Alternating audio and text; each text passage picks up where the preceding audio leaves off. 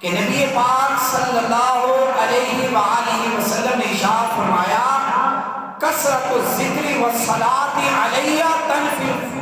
تنفی الفقر، فرمایا کہ اللہ کا زیادہ ذکر کرنا اور مجھ پر زیادہ درود پڑھنا تنفی الفقر، غربت کو دور کر دے گا۔ القول البدیع کی یہ حدیث پاک ہے اور بڑی پیاری حدیث ہے۔ ہم ذرا اس حدیث پر غور کریں نا تو کتنا پیارا نبی پاک صلی اللہ علیہ وسلم نے وظیفہ دے دیا کہ اللہ کا زیادہ ذکر کرنا اور نبی پاک پر زیادہ درود پڑھنا، یہ ایک ایسا عمل ہے کہ اللہ اس عمل کے ذریعے سے غربت کو دور کر دیتا ہے۔ ظاہر بات ہے ہمارا ایمان ہے، ہمارا جتنا تعلق اللہ سے اور اللہ کے محبوب سے ہوگا،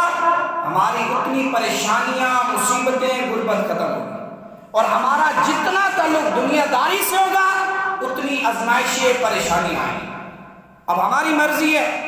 ہم اپنا تعلق اللہ سے اور نبی پاک سے کرنا چاہتے ہیں،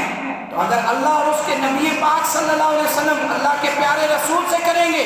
تو پھر اللہ پاک ہم پر رحمت بھی کرے گا اور ہماری غربت دور ہو جائے گی۔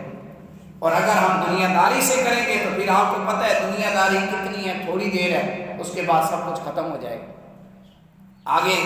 رمضان المبارک کا بھی مہینہ تشریف لا رہا ہے، تو اس لیے درود پاک جتنا زیادہ ہو سکے ہم درود پاک پڑھیں، جتنا زیادہ ہو سکے نبی پاک پر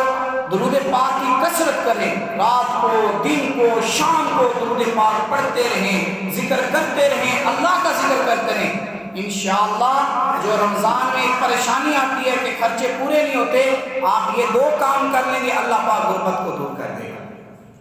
اور شاعر بڑے خوبصورت انداز میں فرماتے ہیں جود و سخا کا پرچم تو ہی، جود و سخا کا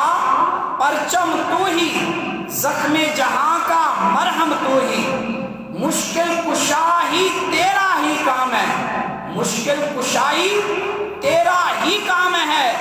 خیر البشر پہ لاکھوں سلام۔